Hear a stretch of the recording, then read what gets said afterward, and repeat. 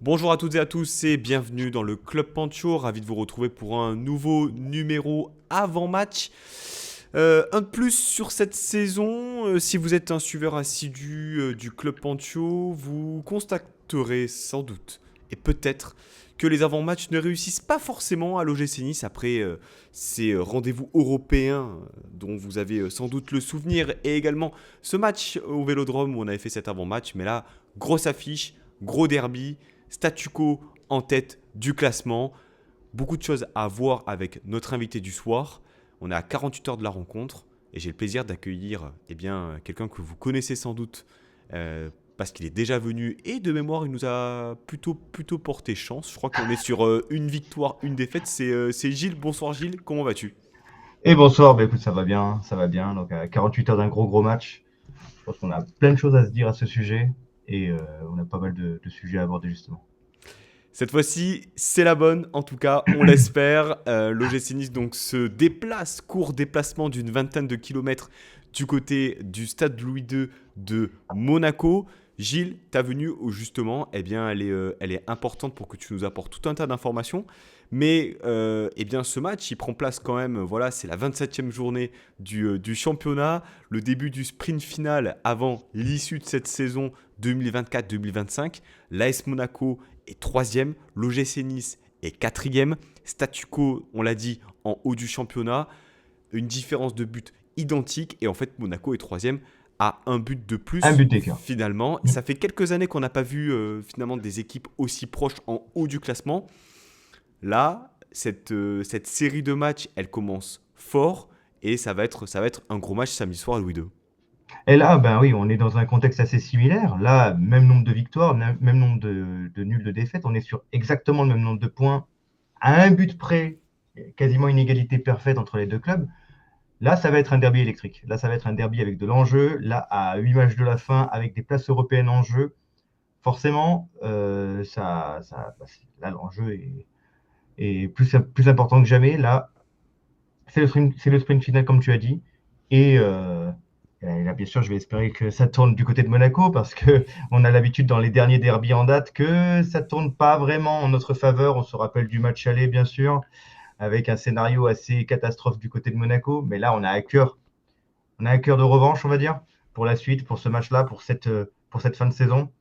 Nice est sur une pente un petit peu descendante sur les deux derniers matchs. Monaco est un petit peu irrégulier, souffle le chaud, le froid. On espère. Là, on reste sur trois matchs sans défaite, mais un match nul au milieu qui aurait pu être évité contre Toulouse. On espère continuer sur notre lancée et mettre déjà Nice à 3 points et être dans les meilleures dispositions pour la qualification en Ligue des Champions, tout simplement. Gilles, t'a mentionné le match aller. Nice l'avait emporté effectivement 2 buts à 1 avec donc notamment un but de Gaëtan Laborde, vainqueur après son retour de blessure. C'était un match particulier parce qu'il y avait eu pas mal de décisions arbitrales à ce moment-là plutôt favorables à l'OGC Nice. Ce carton rouge aussi de Vanderson. J'ai en souvenir aussi cette frappe, je crois que c'est peut-être Camara qui fait cette frappe où Boulka l'arrête mais difficilement Mmh. ça tape la barre. La passe décisive de Crépin Diatta, forcément, t'en as fait des cauchemars. C'était fin octobre 2024, Mmh. une autre époque finalement quand on y pense. Oui. Depuis ce match-là et cette défaite, comment a évolué Monaco dans sa saison et quel souvenir en fait tu gardes de ce match aller? Mais déjà, ce match aller, bon, c'est pas forcément un bon souvenir comme tu l'as évoqué. Déjà, le carton rouge avec tout le vice que l'on a pu voir de Ali Chaud qui a carrément voulu faire exclure Vanderson et qui a réussi, qui l'a dégoupillé en 2 secondes. C'est juste pour un ballon jeté en l'air, je crois. Genre pour une deuxième jeune, pour une connerie. Et là, bah, il a très bien joué le coup, tout simplement. Et début du match, Zakaria se blesse. Donc, le milieu, le taulier qui se blesse à ce moment-là. Donc, on rentre pas dans le match dans la meilleure des façons. À la place, c'est Magassa qui est un peu jeune, un peu irrégulier. Forcément, on n'entrait pas dans ce match dans le meilleur des pieds, mais ça a tourné aussi au niveau du scénario avec cette passe en retrait de Diatta, enfin cette passe décisive de Diatta pour la board. Donc, oui, j'en fais encore des cauchemars. Oui, c'est encore une blessure qui est encore ouverte et grande ouverte. Mais allez, plus sérieusement, le début de saison de Monaco, justement, en octobre, à cette période-là, Eh bien, on était plutôt en grande forme, au point où même on parle de concurrencer le PSG, dire qu'on pouvait s'approcher, là que c'était l'année où on pouvait réellement concurrencer le PSG, qui perd toutes ses stars, qui perd Mbappé, et là, on se dit on peut faire quelque chose. Ça a été de courte durée, un espoir de courte durée, car au final, ben, Monaco s'est mis dans le rang, a commencé à perdre quelques matchs, à perdre des points, on reviendra sur les points faibles plus tard, et par exemple sur une assise défensive pas très sereine. Disons que c'est un Monaco qui souffle le chaud le froid, qui peut battre le FC Barcelone dans un gros match en Ligue des Champions et qui peut perdre contre le 18e Montpellier qui ne met pas un pied devant l'autre. Ou contre Angers d'ailleurs aussi, qui à l'époque était très très mal classé. Bon là ça va mieux, mais on a pour ainsi dire relancé Angers. On aime bien relancer les équipes du fond classement.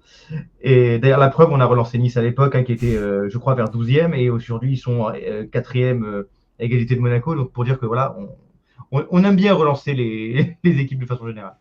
Donc voilà, c'est très très irrégulier. Ces équipes parfois ne respirent pas la sérénité, surtout derrière. Voilà. J'aborde ce match en me disant il y a les armes, il y a les possibilités, il y a les joueurs. Maintenant, il faut avoir la tête à l'endroit, les pieds à l'endroit aussi, et vraiment rentrer dans ce derby voilà, rentrer dans un vrai derby, parce qu'on a tendance, nous, à l'AS Monaco, à jouer un derby comme si c'était un match comme un autre au final, contrairement à l'OGC Nice qui, eux, jouent ont la mentalité du vrai derby, selon moi. J'ai toujours vu Nice comme étant l'équipe qui jouait un derby, Monaco qui jouait un match. Maintenant, j'espère avoir tort sur le prochain match, bien sûr. Donc, Alors, comment est-ce que tu expliques justement cette culture du derby peut-être un peu plus présente côté niçois que monégasque? wow, c'est un peu cliché de dire ça. Hein. On le sait, c'est un peu cliché, mais bon, on va dire qu'il y a une certaine ambiance, il y a une certaine ferveur derrière le GC Nice qu'il n'y a pas derrière l'AS Monaco. C'est un fait, même si ben, Monaco s'exporte bien à l'extérieur. Ils ont une fanbase solide à Monaco, contrairement à ce qu'on veut bien croire. Mais il est vrai que les Niçois sont un peu plus, voilà, plus dans la ferveur, plus ouais, ils se font un peu plus entendre, on va dire, de façon générale. Et du coup, je pense que c'est un climat qui pousse les joueurs à vraiment se surpasser et à vraiment se mettre dans un derby, se dire ce match, on doit le gagner, on va rentrer dans l'adversaire et on va gagner ce match. Monaco est là et joue avec ses armes, il joue sérieusement, mais il devrait, selon moi, plus rentrer dans le côté gagnant, conquérant d'un derby, ce que sur les derniers matchs, j'ai un peu constaté du côté de Monaco. Bon, ça ne nous a pas empêché de gagner certains derbys, mais quand même, je constate que Nice est l'équipe qui a plus la culture du derby que l'AS Monaco, selon moi. Beaucoup ne seront pas d'accord avec moi, mais selon moi, en tout cas, c'est comme ça. On l'a pas dit en introduction, mais ce numéro est sponsorisé par TV Monaco, bien sûr. Ah, c'est pas gentil. C'est- en, en ce Écoutez, moment même, il y a un c'est match de la Roca Team il n'est et Sierra, j'ai oublié son nom. Laurent Sierra, vraiment, je vous Laurent invite, Sierra, que vous soyez niçois d'ailleurs ou monégasque ou que sais-je, à aller voir cette séquence. Bon, Ah. qui plus est, bon, il a été mis de côté, enfin, je veux dire, placardisé après ça. Mais bon, voilà, c'était la petite news de la semaine, la petite anecdote post-derby plutôt fun. Euh, Pré-derby. bah, Pré-derby. oui, pré-derby post, qu'est-ce que je raconte? Je suis dans le T'es post-bac, déjà dans donc le futur, là. je suis déjà. T'es déjà en Ligue des Champions, là. Ouais, c'est ça. C'est ça. La partie FM a commencé, là, c'est bon. Paris est à 2 points, Monaco est Je suis, en, 7e, je suis en là. 2030, je suis en 2032, j'ai 3 LDC, tout va bien. Ineos, c'est parti. Maintenant, c'est les Qataris. Allez, c'est parti. Alors vraiment, si tu veux m'énerver, voilà, tu parles d'Ineos. Non, non, non. Mais effectivement, voilà, culture derby. Et puis, alors, j'ai pas les stats à l'appui, mais bon, l'année dernière, l'OGC Nice l'avait emporté 1-0, toujours sur des scénarios assez dingues, hein, sur ce Oui. but de Jérémy Boga à la dernière seconde. Il y a Oui, 2 ans, si je dis pas de bêtises, victoire 3-0 époque Didier Digard. Il y a toujours eu, on va dire, des matchs un peu rocambolesques et voilà, sur les dernières années, j'ai quand même l'impression que Louis II réussit plutôt bien à l'OGC Nice. Alors je dis ça sans appui statistique, mais plus sur les dernières saisons, pour ainsi dire. Il y a eu la trêve internationale. Vous avez sans doute vibré devant ce France-Croatie aller-retour. Euh, Où en est l'effectif monégasque? Y a-t-il des retours de blessures, ou des blessés, des absents, des suspendus? Gilles, Eh comment est-ce que bien, tu juges un peu l'effectif la monégasque à l'approche de ce match? il y a des retours. Il y a des retours. Alors, en théorie, il y aura le retour de Golovin, déjà, qui était absent depuis ces dernières semaines, mais qui apparemment est revenu à l'entraînement complet. Il est là, il devrait être disponible. Et surtout, un retour particulièrement attendu d'un joueur que Nice aime beaucoup, vu qu'il a raté 2 pénaltys l'année dernière, mais qui est un très bon joueur. C'est Folarin Balogun, qui, ça y est, après son opération de l'épaule, est de retour. Il a fait, je crois, une mi-temps ou un peu plus avec le groupe élite lundi dernier, où il a mis un triplé contre Brighton en une mi-temps. Donc il revient plutôt bien. C'est plutôt de bon augure. Donc je ne pense pas qu'il va débuter. Je ne pense pas qu'il va jouer une mi-temps entière, mais je pense qu'il va jouer un petit peu quand même. Il pourra être dans le groupe et proposer quelque chose en fin de match.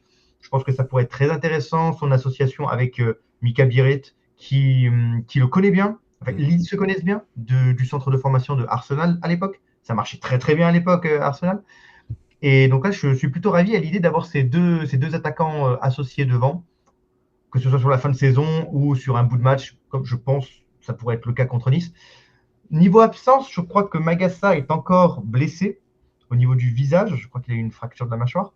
Et Thésée n'est pas encore remis. Je ne sais pas s'il a repris l'entraînement ou pas, mais ça devrait être un peu juste pour lui. Mais donc voilà, niveau retour, je pense que c'est acquis que Golovin et Balogun fassent partie du groupe pour le match. Donc, et c'est plus que bienvenu pour la rotation. Je crois que côté Nice aussi, il y a des retours, je vais dire, Des retours, effectivement. Alors, celui qui se précise de Morgan Sanson au milieu de terrain, qui risque de réintégrer le groupe. Et on parle également, alors là, c'est avec un peu plus de pincettes, de Terem Moffi, hein, dans son jardin, si je puis dire, à Monaco, où là, il n'a pas fait partie du match du groupe élite, justement, contre Brighton il y a quelques jours, soit pour être préservé ou soit tout simplement parce qu'il n'était pas hmm. suffisamment prêt physiquement pour jouer. Mais en tout cas, bon espoir d'avoir un groupe quasi au complet avec bien sûr l'absence à cause d'une suspension de Melvin Barr qui a pris Hmm. rouge contre Auxerre. Vous vous en rappelez. Donc a priori hors blessure des internationaux, Hichem Boudaoui, Evan Guessant notamment, Ali Abdi qui risque de démarrer à la place de Melvin Barr sur le couloir gauche. Tout le monde devrait être opérationnel pour ce match. Samedi soir. Gilles, donc on l'a dit, bon, une saison. On a toujours l'impression que Monaco est en crise. Il y a toujours des périodes où tu sais, c'est en crise et vous avez quand même cette fâcheuse tendance à bien terminer les saisons. Alors, comment est-ce que tu expliques ça et comment tu peux expliquer qu'on dise que Monaco est en Ah, crise alors que vous êtes quand même régulièrement bien placé, qu'on parle peu, bon, toujours plus que nous, mais que ce soit pas forcément extrêmement, pas sûr ça. on va dire, bankable de parler de l'AS Monaco. Mais comment tu expliques ça finalement? Est-ce que déjà il y a des vraies crises ou est-ce que tout simplement Alors, on aime bien créer cette situation de crise pour réveiller un peu les troupes? Alors, je pense que cette situation de crise est venue pour certaines rumeurs en interne qui critiquaient un petit peu le coaching de Hutter, son rapport par rapport aux jeunes joueurs. Mais est-ce que ce n'est pas au final la vie de tous les groupes de footballeurs professionnels, ça? Les critiques de l'entraîneur, les choix. Je pense qu'il y a plein de choses qui peuvent être dites dans certains vestiaires, mais qui ne sortent pas. Et là, apparemment, bah, c'est sorti. C'est sorti. Donc, regarde, il y a eu quelques petits doutes et au final, sur les 3 derniers matchs, il y a eu 2 victoires et un match nul qui, franchement, est malheureux parce que ça aurait dû être une victoire si Majeki n'avait pas fait une glissade digne des meilleurs patineurs. Euh, je pense que le mot crise peut être un peu fort. Je parlerai plutôt de méforme parce que voilà, Monaco est un club très très inconstant. Là, c'est un club qui peut battre le FC Barcelone et perdre contre le 18e Montpellier qui ne met pas un pied devant l'autre. C'est pour ça qu'on est toujours un peu dans une incertitude et qu'il y a certains points de cet effectif, je pense qu'on en reviendra tout à l'heure sur les points forts et les points faibles, au niveau défensif qui ne rassurent pas. Et donc c'est pour ça qu'au niveau résultat, on a toujours l'impression que mentalement, ça va craquer.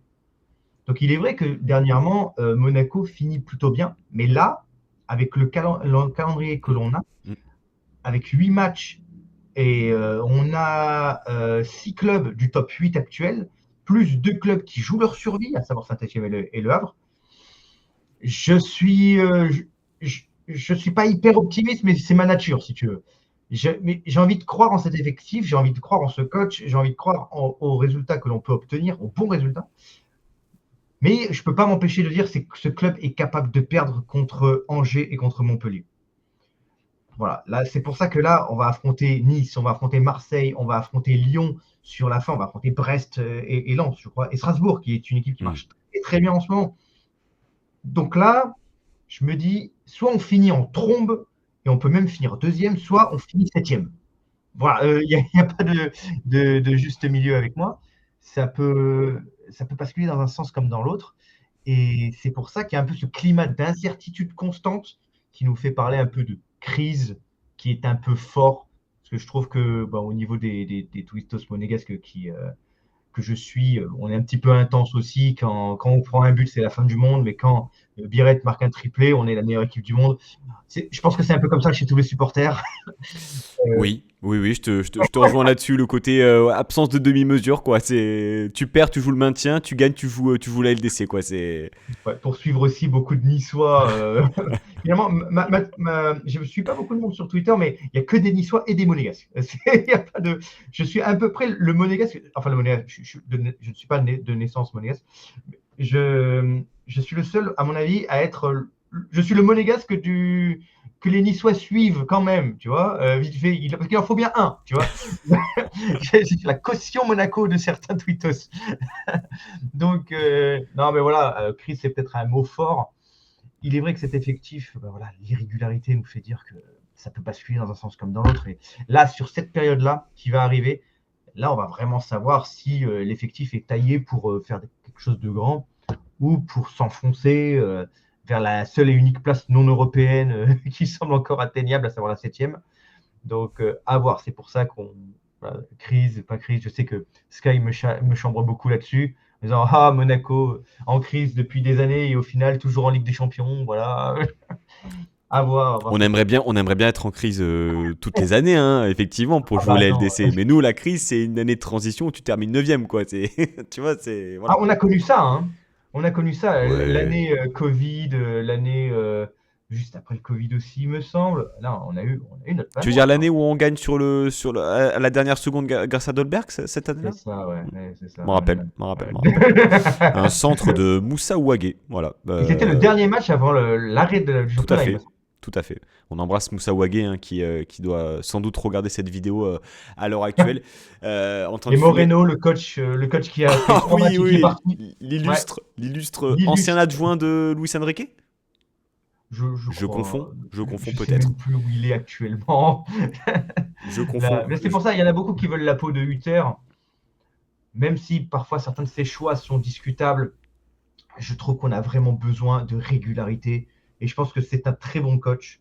Je pense qu'il mériterait d'être un peu mieux suivi par la cellule de recrutement et par le directeur sportif Scuro, parce que on n'en a pas parlé en off, disons comme ça. Mais notre mercato, on a réellement remplacé nos deux grandes stars qu'on a vendues cet été, à savoir Fofana et Ben Yedder, cet hiver, Hmm. par Al Musrati, qui est un pari, qui est un prêt de Besiktas, et par Mika Birit, qui marche sur l'eau actuellement, qui est monstrueux en ce moment.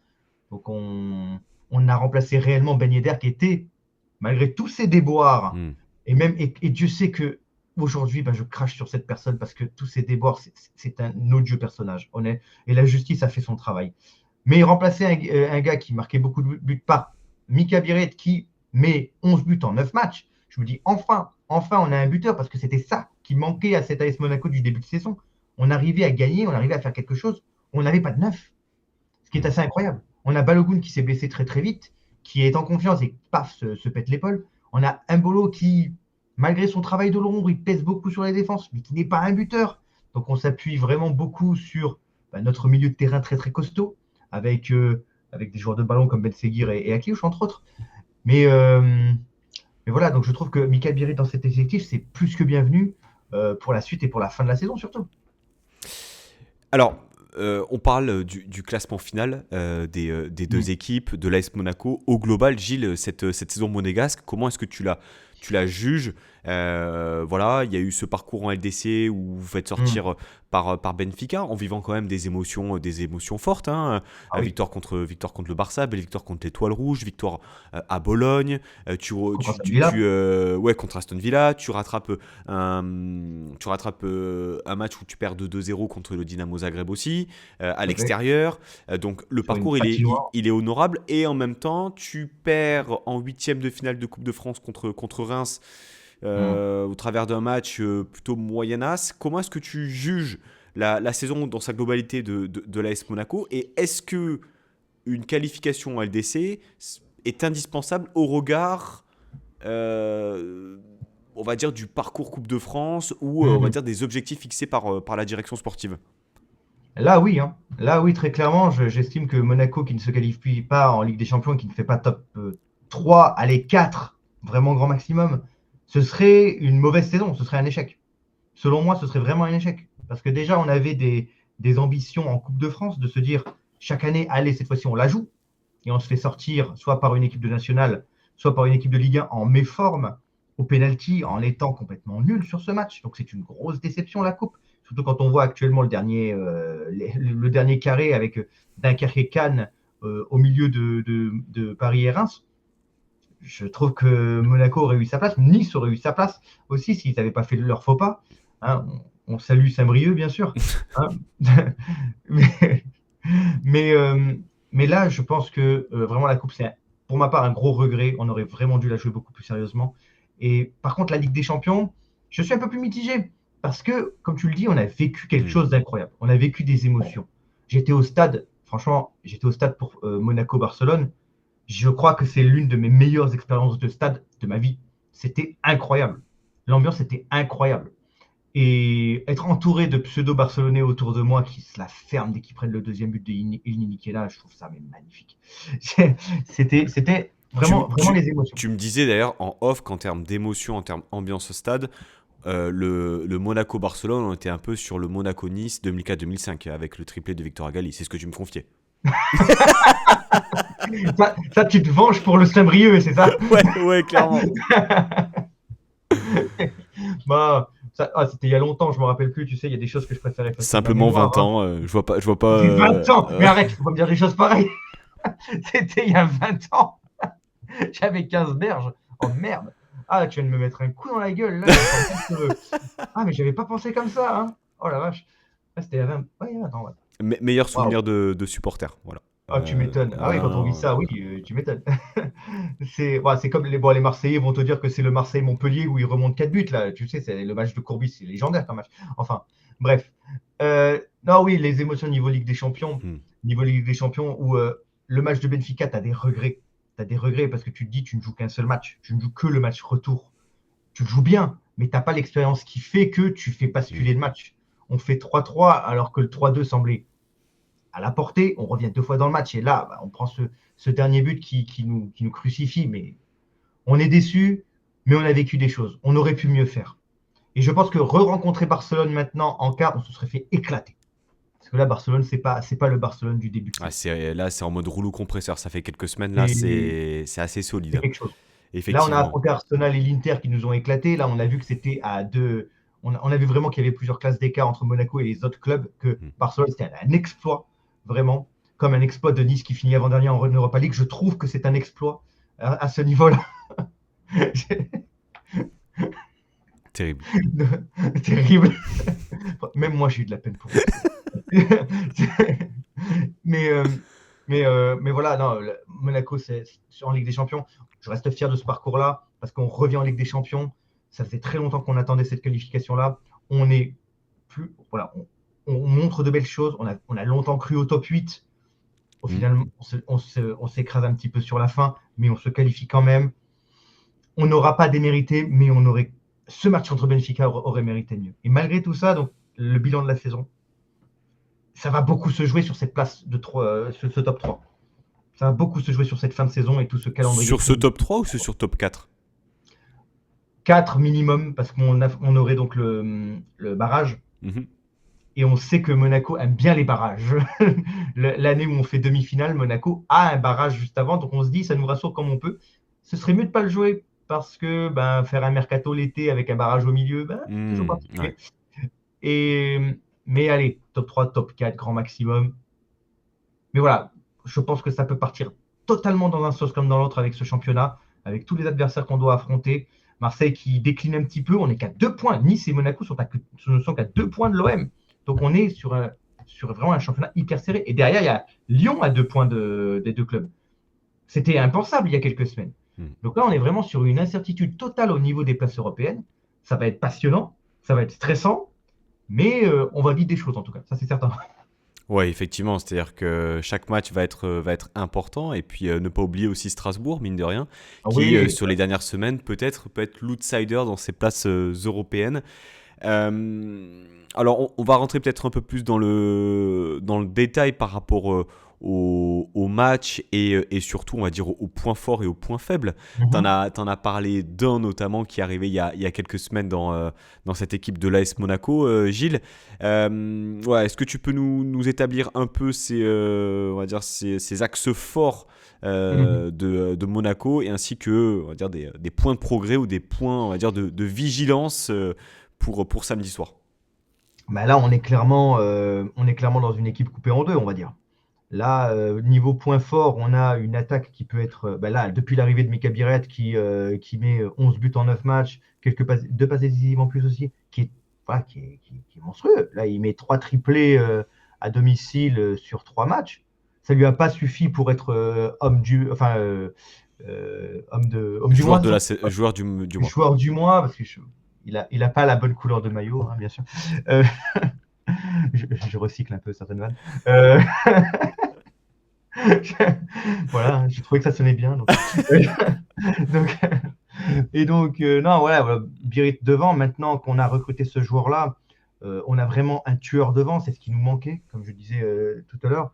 Mais derrière, il y a quand même des joueurs de ballon. Il y a Minamino qui revient bien et voilà, qui a plutôt de bonnes stats aussi. Évidemment, Akliouche et Ben Seguir. On a le retour de Golovin qui a beaucoup de ballons aussi, même s'il a en ce moment, il est un petit peu, voilà, sur ces derniers mois, il est un petit peu irrégulier. On a toujours Zakaria qui reste la tour de contrôle, le gars sûr du milieu de terrain. Et en parallèle, on a cette incertitude défensivement où on a des moments de déconcentration complet. On a des moments, je ne sais pas si c'est de l'inexpérience ou juste voilà, de la déconcentration du mental, où on fait des cadeaux à l'adversaire. Ou alors c'est journée porte ouverte pour les attaquants adverses, ou c'est la passe en plein axe qui permet à l'attaquant de se relancer, ou c'est le gardien qui fait une glissade complètement ridicule, on l'a bien vu Majeki contre Toulouse. Là, j'incorpore la ligne défensive et le gardien comme immense incertitude de ce club. Donc là, je pense que ça va être Philippe Keun qui va débuter samedi, parce que là, c'était le cas lors du dernier match il y a 15 jours avant la trêve. Mais ça reste pas sûr. Ça reste inquiétant. Et dès qu'il y a une attaque adverse, on est toujours en train de serrer les dents parce que ça peut passer à tout moment. Là, voilà. Donc, on est un petit peu sur cette incertitude-là derrière, où parfois il y a des trous d'air, où parfois c'est journée porte ouverte. Et devant, ça peut jouer au ballon, ça peut bien circuler, ça peut être efficace aussi. Et encore, je dis ça parce qu'on a direct. Hein, mais quand c'était juste Mbolo, je te dirais non, l'efficacité, c'est aussi un point faible. Là, on a réglé ce problème-là. D'autant plus qu'on a un gars comme Balogun qui, malgré son déchet, peut aussi faire la différence maintenant. Euh, à voir là-dessus et on espère vraiment que ça va être un peu plus serré derrière et qu'on trouvera les solutions. Après, le jeu vaut beaucoup ça aussi.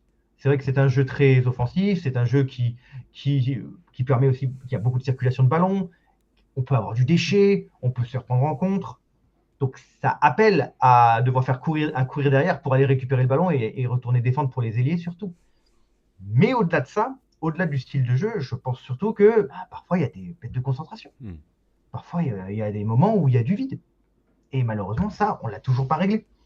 Et là, je pense que quand on aura réglé ça, je pense qu'on sera réellement capable de concurrencer Paris. Parce que c'est ça qui manque à ce club. Il y a les joueurs, il y a la technique, il manque, selon moi, le mental et la rigueur défensive. Parce que pourtant, les joueurs, ils ne sont pas mauvais. Singo est bon, Kerrer, bon, c'est pas le Kerrer du début de saison, mais c'est un bon joueur. Caillou, il est poussi coussa, il revient des croisés, donc c'est pas évident. Vanderson, il a plus la tête ailleurs, j'ai l'impression. Surtout que là, il y a la rumeur Barça qui est revenue il y a pas longtemps pour lui. Voilà, donc défensivement, je me dis, et avec les flèches qu'il y a devant à Nice, que ça peut passer pour Guessant, Boga qui passe, Vanderson et Kerrer vont le regarder jouer. Voilà, c'est tout à fait ce qui risque d'arriver. Donc voilà, ce serait plutôt ça les axes à travailler, et plutôt les points forts de ce club, de cette équipe. Et, euh, et voilà. Donc, que l'on joue bien sur nos points forts déjà sur ce match-là, et on verra pour nos points faibles après. Ouais, Parce que alors la finalement, technique de ça ressemble beaucoup à Nice quelque part, hein. Tu ne peux pas prendre des risques offensivement si tu n'acceptes pas une certaine forme de déséquilibre derrière. Maintenant, les erreurs individuelles, des fois, sont regrettables, hein. Tu parlais de Majeki contre Toulouse, ça en Ouais, fait vas-y, partie. allez, allez, le tapis rouge, il est pour toi. Vas-y, Voilà. allez, Non, non, mais c'est allez. clair. Après, on a eu aussi des cas de figure où, par moment, le gros problème de l'OGC Nice, je trouve, c'est la gestion des temps faibles et des temps forts, autant Hum, défensivement qu'offensivement. C'est-à-dire que sur certains matchs, on doit plier le match à la hum, mi-temps et mener 3-0, tellement on a des situations claires d'occasion qui doivent aller au bout. Et en parallèle, ne pas concéder aussi facilement qu'on peut concéder et arriver aussi à résister. Et ça, c'est une affaire, je pense, d'équilibre. Et alors, je dis pas que le football de Hutter ressemble beaucoup à celui de Hez, mais dans l'esprit, je pense, si Nice et Monaco sont proches en termes de buts marqués, hum. c'est qu'il y a une volonté aussi offensive que de marquer des buts et d'être, on va dire, précurseur et, et d'être offensif, tout simplement. Plutôt Et que, de montrer plutôt, du spectacle. ouais, de Je pense que montrer du spectacle, derrière, parce que le foot, ça reste quand même, je pense, un divertissement. totalement. Et en prenant des risques, on a plus de chances d'être récompensé plutôt que d'attendre finalement dans un autre style. Justement, en termes de style, de dispositif, comment ça se situe côté Monaco. Le match aller, c'était un 4-2-3. Minamino était aligné, il me semble, euh, derrière Mbolo. D'ailleurs, Minamino qui pour un rien se voit hors jeu sur le but refusé de Mbolo à l'aller.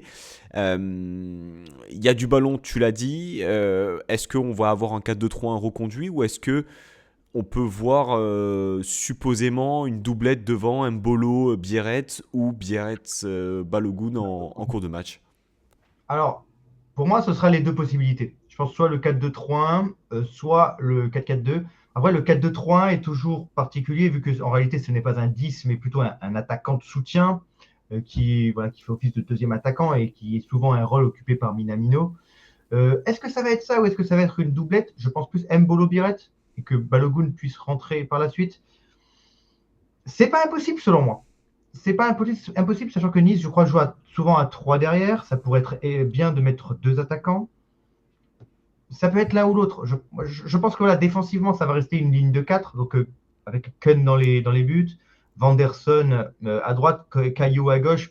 Je pense que Caillou serait quand même la solution la plus efficace. Il revient plutôt bien sur ses derniers matchs.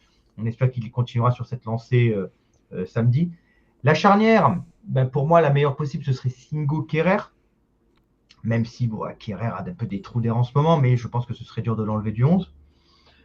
Et au milieu de terrain, ce sera bon. S'il ne se blesse pas comme au match aller, Zakaria, à côté d'un soit Camara, soit Al-Musrati qui est arrivé cet hiver.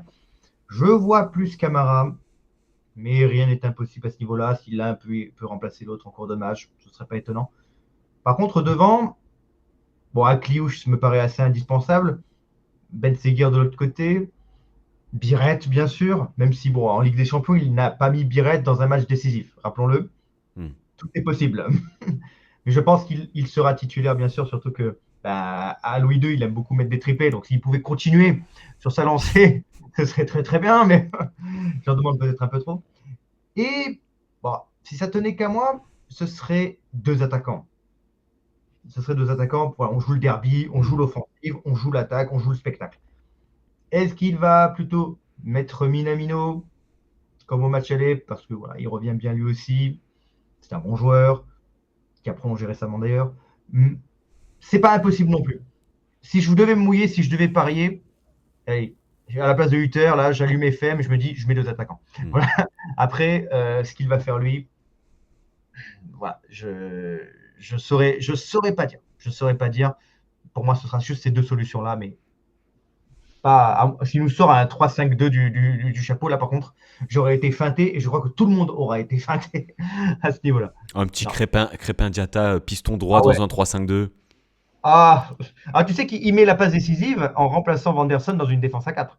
Donc, à la rigueur, piston droit, ce serait le moins pire. Bah, pour avoir regardé quelques matchs de Monaco, je trouve que Diatta est plutôt un piston droit. Dans une défense à 4, je le trouve un peu trop léger, mais dans un rôle vraiment pur de contre-attaquant et de joueur de déséquilibre, un peu comme on a Klose, on va dire, dans ce type-là. Alors, sans vouloir les comparer, parce que je pense que Klose est au-dessus, Oui. euh, Oui, très clairement. ça reste, je pense, une option plutôt intéressante à un joueur qui part Et de plus loin avec beaucoup de vitesse c'est et un tout. Bon, ailier de base. ouais, ben C'est voilà. un, Ouais, ouais, non, mais c'est un ailier. Donc après, il joue là parce qu'on n'a pas de solution à droite, hein, tout simplement. Arrière droit. Il y a Thésée blessé, Singo qui veut pas jouer à droite, Vanderson qui. Ah, il peut pas jouer tous les matchs. Donc c'est Diatta arrière droit. Voilà, mais bon. Bon, après, je suis dur avec lui, mais c'est un joueur qui mouille le maillot, les supporters l'apprécient pour ça, même si moi personnellement je le trouve très très limité techniquement. Mais bon, il mouille le maillot et s'il pouvait faire des passes vers l'avant cette fois-ci, ce serait mieux. Voilà. On va le souhaiter en tout cas. Ouais, et côté Nice, je crois, donc ça va partir sur le 3-5-2 côté aussi. Nice, eh bien, je pense qu'on va être sur du classique sur ce qu'on voit sur les dernières semaines, avec un dispositif en 3-4-3, Ah oui. avec de fortes chances de voir, bon, forcément Marcin Bouka derrière. Bombito qui, je pense, va avoir un marquage serré avec Mika Biret. Youssouf derrière, Dante, barre suspendu, remplacé sans doute par Ali Abdi. Klose piston droit. Boudaoui, si pas de pépin physique après les matchs avec l'Algérie, sera aligné avec Baptiste Santamaria. Bon, j'aurais préféré voir un Tanguy Ndombele à l'une des deux places dans ce double pivot, mais sous réserve qu'il soit à 100%. Et puis les trois devant, alors je pense qu'on verra sans doute Laborde aligné avec Guessant et Shaw. J'aimerais Mhm. voir Shaw dans l'axe, en poste de numéro 9. Boga à gauche, même s'il n'est pas extrêmement méritant sur ses dernières sorties. Naturellement, Evan Guessant, qui a d'ailleurs marqué son premier but avec la Côte d'Ivoire il y a quelques jours. Parce que Shaw, mine de rien, avant le retour de blessure de Laborde, jouer ce poste un peu plus axial, Mhm. ça peut switcher beaucoup plus facilement avec Guessant. Ça apporte de la profondeur, ça apporte du déséquilibre. Peut-être que Monaco aura le ballon et que Nice va être dans une période du match un peu plus en transition rapide pour pouvoir un peu plus péter rapidement.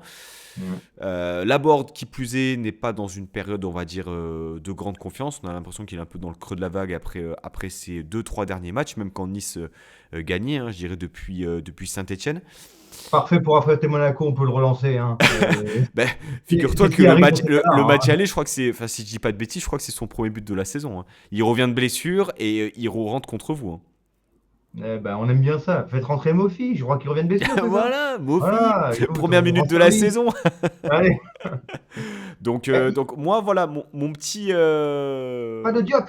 Pas de Diop, la loi des anciens, petit Diop qui nous crucifie Louis II, là, Alors, et qui embrasse effectivement, les cuissons. effectivement, Bah oui, hein, on le sait. devant la populaire monégasque, non, devant les supporters monégasques, oui, effectivement. Oh, C'était gratuit. oh, on sera Non, plein, bah, là. Diop, alors, bon, dans la dynamique du moment, ce n'est plus un joueur titulaire. Ce Hmm. qui est, je trouve, assez dur parce que lorsque Nice a connu une vague de blessures hyper importante, ça a été lui qui, en Il revenant de était là, blessure, oui. avait pris le rôle, voilà, de l'animateur offensif et avait été extrêmement déterminant dans la fin d'année 2024, qui avait permis à l'OGC Nice de rester dans ce top 6, alors que bon, c'était très compliqué en Europe notamment, mais il y avait énormément, une dizaine de blessés. C'est pas le même profil. Mettre un Shaw à gauche et un Diop à gauche, Diop va être, on va dire peut-être un peu moins dans la percussion, va être un peu plus Mm. axial. Ça va sous-entendre peut-être un Abdi voilà, un peu plus haut qui va avoir un peu plus de liberté, alors que Shaw, il va être sur son pied gauche, donc va naturellement moins repiquer dans l'axe. Oui. Donc, bon, après peut-être qu'on verra Diop. Il est méritant aussi, je trouve, du moins, plus que chaud sur les dernières sorties. Mais dans la dynamique là du match, ouais, ou alors en fait, j'ai parlé de Boga à gauche, Diop à gauche, en fait, je suis bête.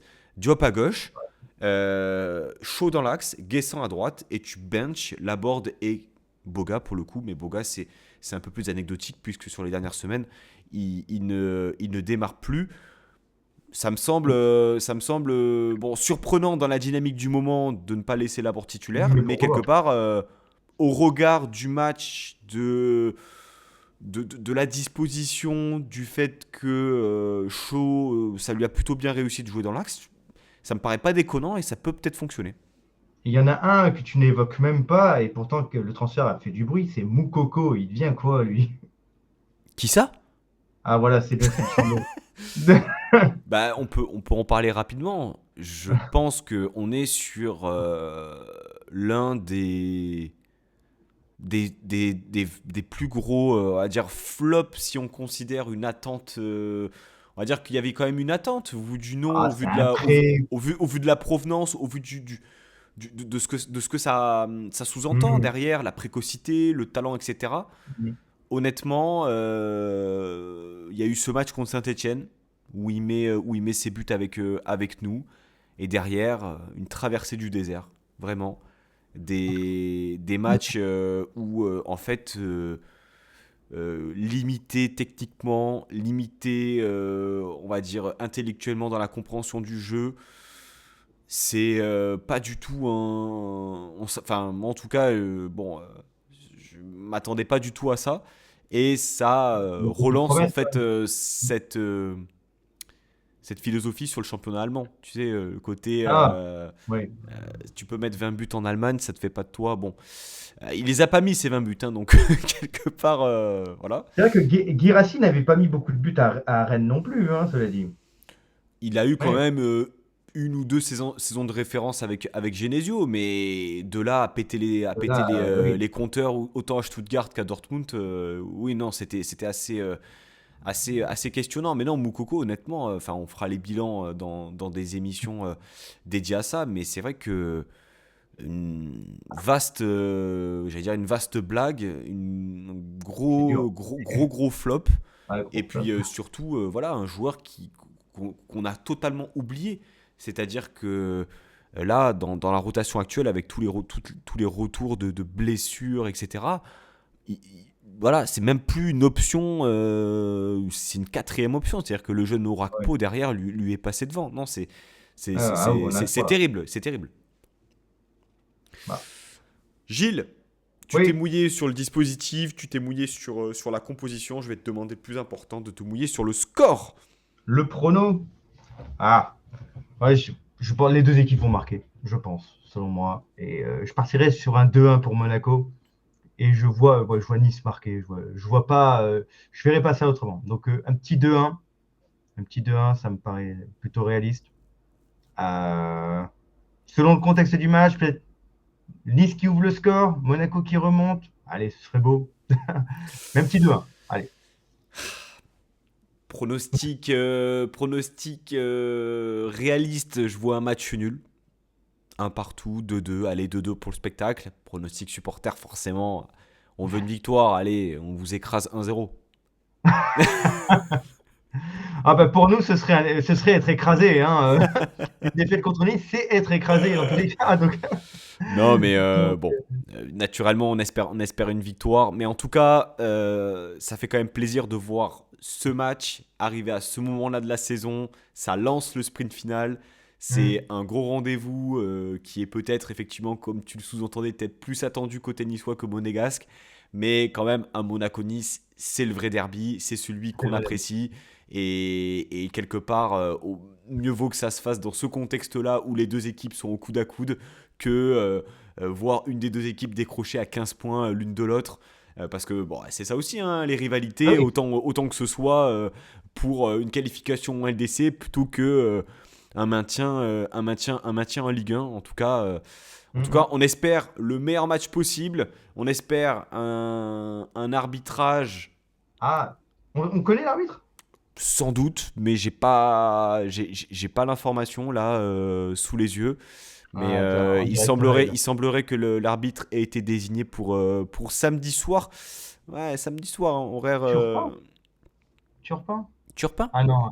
Non, non, Ah. non, pas Turpin. Non, non, pardon, c'est une vieille info, ça. 27 mars. Brizard. Jérôme Brizard. Jérôme Brizard. Attends, c'est Hmm, bien 27 mars. Oui, c'est aujourd'hui. Ben, l'info date d'aujourd'hui. très Et elle est bien, faite Jérôme Brizard. Jérôme Bon, Brizard. j'ai pas de souvenirs traumatisants, donc c'est plutôt une bonne chose. Bon, écoutez, je pense on on a fait le point, on a fait le tour, mon cher Gilles. Dans ce contexte d'enregistrement d'émission qu'on se gardera bien voilà, aux petits oignons. Tout du premier coup. Tout. Vraiment aussi efficace qu'un penalty de Balogun, là. Exactement, il a fallu trois pénaltys avant qu'il le marque. Bon, il a Aurait-il fallu mis le troisième? L'histoire ne le dira jamais.